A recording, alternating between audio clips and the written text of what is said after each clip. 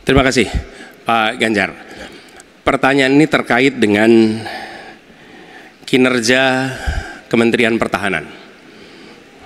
Ketika tadi kita bahas sama-sama situasi pertahanan kita, Bapak tadi membahas tentang bagaimana belanja alutsista, bagaimana rencana tentang minimum force itu bisa dicapai dan lain-lain. Bapak melakukan review itu. Ya. Nah, di sisi lain, Bapak juga waktu itu pernah memberikan penilaian atas kinerja penegakan hukum di Indonesia. Bapak beri skor 5 atas kinerja hukum di Indonesia. Pertanyaannya sekarang terkait dengan pertahanan, berapa skor yang Bapak berikan atas kinerja Kementerian Pertahanan yang dipimpin oleh Bapak Prabowo? Silakan Pak Ganjar. 5 juga. Saya punya datanya dan kemudian akan saya sampaikan. Maka di meja saya sudah saya siapkan data satu persatu. Namun demikian Mas Anies, tentu saja ada yang ingin saya sampaikan dari apa yang tadi sudah saya utarakan. Ketika kemudian kita ingin membangun sistem pertahanan kita, maka dalam perencanaan kita tidak boleh gonta-ganti. Kita mesti ajak, mesti konsisten. Kedua, kita mesti mendengarkan betul-betul dari seluruh matra. Maka seluruh proses perencanaannya harus bottom up. Sehingga saya ketemu dengan seseorang berpangkat cukup tinggi, Pak, kalau Bapak kasih persenjataan kepada saya yang tidak saya butuhkan, sudah saya siapkan museum untuk saya taruh di sana. Situasi seperti ini tentu tidak mengenakan. Tapi ini harus kita buka apapun kondisinya untuk perbaikan bangsa. Kritik, otokritik itu menyehatkan. Tidak ada kok rasa dengki di hati saya. Yang ada adalah bagaimana rasa cinta tanah air ini mesti kita wujudkan. Agar kemudian kita betul-betul bisa menjadi negara kuat di banyak area dan kita berbicara di dunia internasional disegani. Bung Karno pernah menyampaikan itu. Daulat politik itu wajib. Berdikari dalam bidang ekonomi mesti dituju. Dan kita punya kepribadian dalam kebudayaan. Sekarang daulat ekonomi pertahanan kita mesti kita tunjukkan. Maka ketika banyak perusahaan-perusahaan waktu itu yang sangat strategis dibikin, itu mimpi sejak dari lama pendiri bangsa agar kita menjadi negara kuat. Dan itulah yang sebenarnya kita-kita yang harus meneruskan itu. Begitu Mas Anies. Ya, makasih Pak Ganjar. Cukup. Jadi TNI, tentara kita, polisi kita, semua bekerja luar biasa di lapangan. Kita harus berikan rasa hormat dan terima kasih. Karena mereka mengerjakan hal-hal yang sulit, hal-hal yang berat. Tapi sisi kebijakan menurut saya lebih parah. Kenapa? Di era Pak SBY, kenaikan gaji terjadi 9 kali. Selama era ini hanya bernaik gaji 3 kali dan akan naik nanti tahun depan. Karena menjelang pemilu mungkin naik gajinya. Tapi di sisi lain, kesejahteraannya tidak dipikirkan dengan serius. Tukin hanya 80%. Lihat Kementerian Keuangan, lihat Kementerian PUPR. Menteri-menterinya mengusahakan peningkatan tukin di mereka. Lalu kita lihat tadi alutsista yang bekas, yang itu resikonya adalah keselamatan dari TNI kita. Mereka bekerja keras menjaga setiap jengkal tanah Republik ini. Tetapi mereka tidak didukung dengan policy. Karena itu menurut saya skornya justru di bawah 5 Mas Ganjar. Kalau 5 itu ketinggian Pak Ganjar. Terima kasih Pak Ganjar. Mas Anies gak usah takut.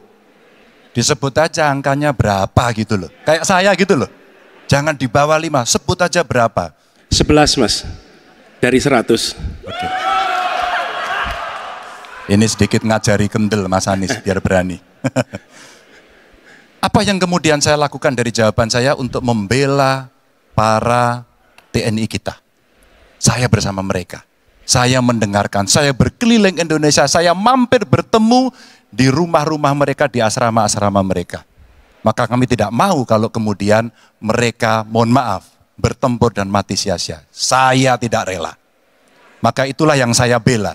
Maka perencanaan bottom up itu betul-betul sebuah perencanaan yang mereka inginkan. Mereka harapkan dan mereka bisa menggunakan dengan sangat efektif. Termasuk pada soal kesejahteraan tadi yang disampaikan. Dan saya sepakat pada soal itu. Saya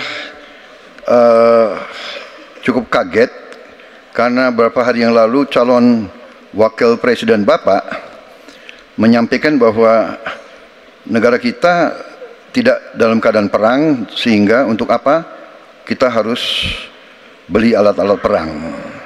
Tapi hari ini Bapak mengatakan Bapak setuju dengan kenaikan anggaran 1-2%.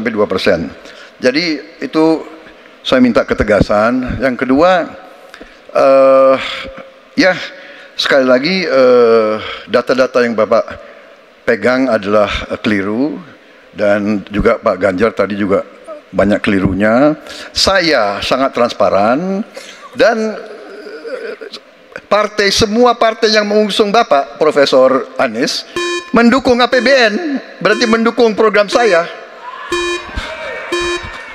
termasuk PDIP di Komisi 1. Jadi kita butuh pertahanan yang sesuai dengan ancaman nyata yang ada di depan kita. Ancaman ini dirasakan oleh siapa? Dirasakan bukan saja di dalam batas-batas teritorial, tapi juga di keluarga. Bagaimana ancaman atas penipuan online, bagaimana ancaman atas peretasan, bagaimana ancaman atas judi online, bagaimana ancaman-ancaman terorisme. Itu semua membutuhkan perhatian. Jadi bukan memutuskan untuk belanja alutsista berdasarkan selera dan berdasarkan preferensi masa lalu, tapi justru harus mencerminkan kebutuhan masa depan.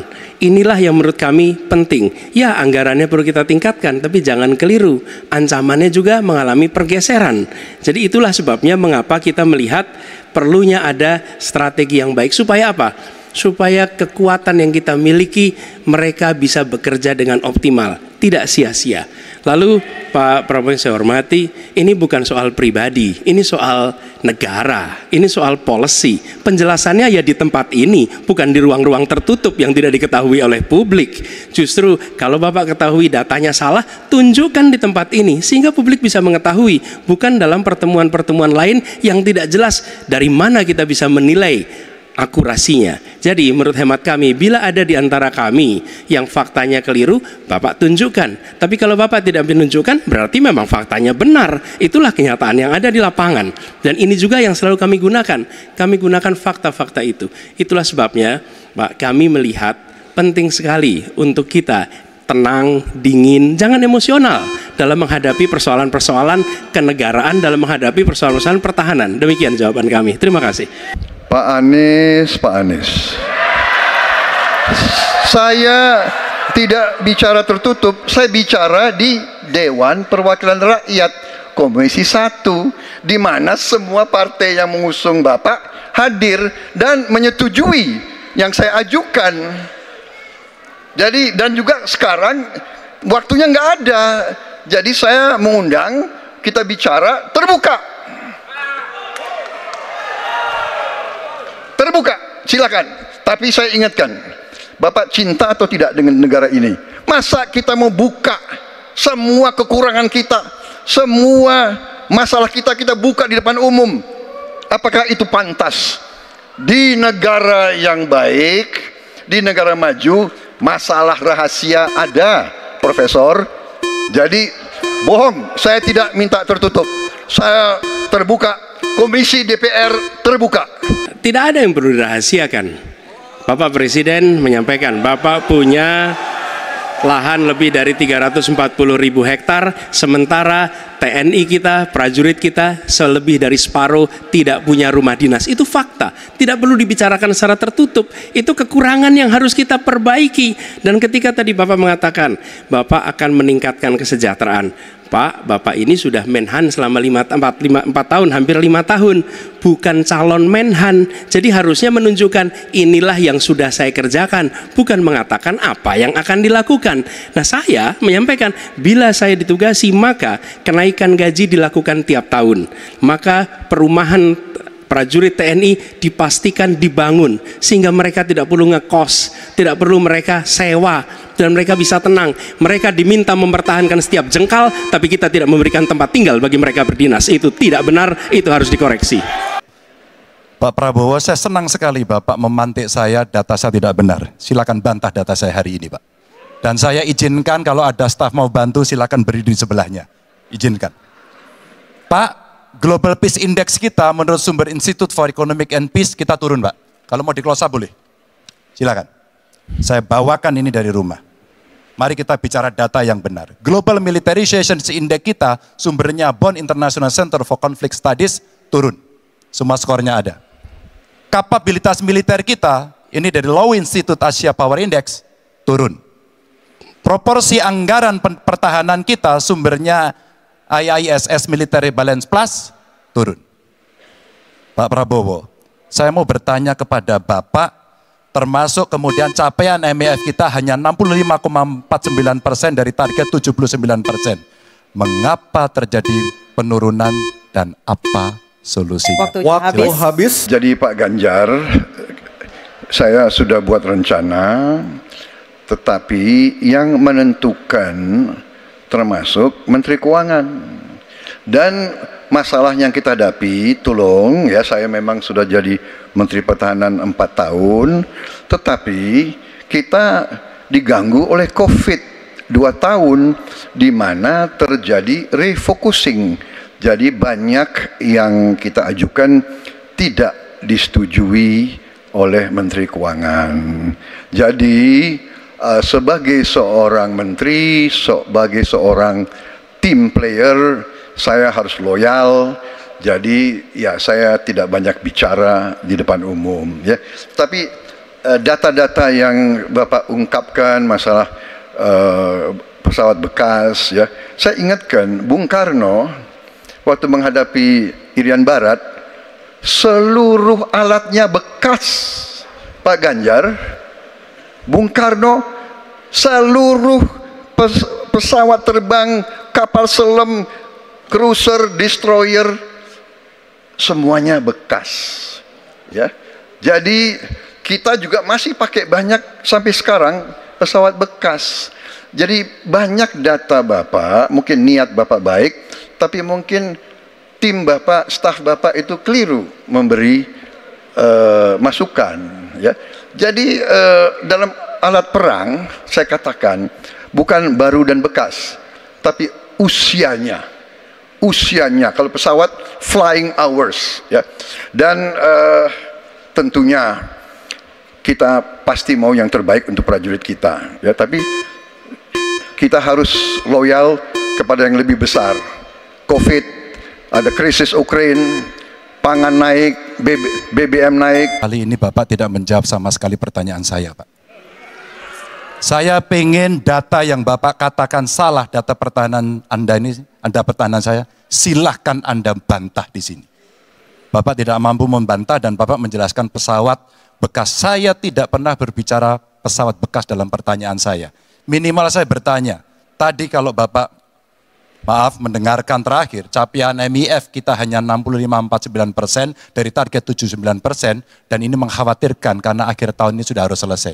Bapak juga tidak menjawab. Jadi artinya sebenarnya apa yang Bapak jawab dari seluruh pengelolaan pertahanan yang ada di Indonesia ini?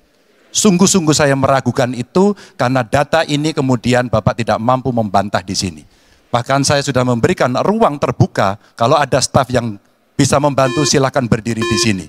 Staf saya, oh Anda mau bilang angkanya silakan naik ke sini. Akan saya tunjukkan kalau Anda mau membantu. Terima kasih. Ya, jadi begini, yang Bapak ungkapkan itu saya bisa bantah, waktunya tidak cukup. Saya siap berjumpa dengan Bapak. Mari kita bahas satu persatu, akan saya buktikan. Saya butuh hari ini, Pak. Nggak bisa. Saya tidak dikasih waktu. Jadi Anda tidak fair. Anda minta saya kasih penjelasan yang begitu rumit, tapi waktu saya terbatas. Jadi saya transparan, saudara.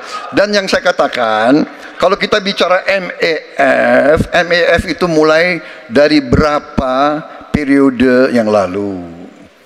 Ya, kalau kita mau buka-bukaan Menteri Pertahanan sebelum saya, apakah tidak juga berpengaruh? Juga Menteri Keuangan yang banyak tidak menyetujui disbursement.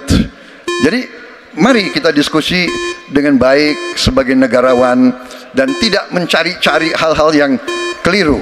Waktu habis Pak Prabowo, terima kasih. Kita berikan apresiasi untuk ketiga calon presiden kita.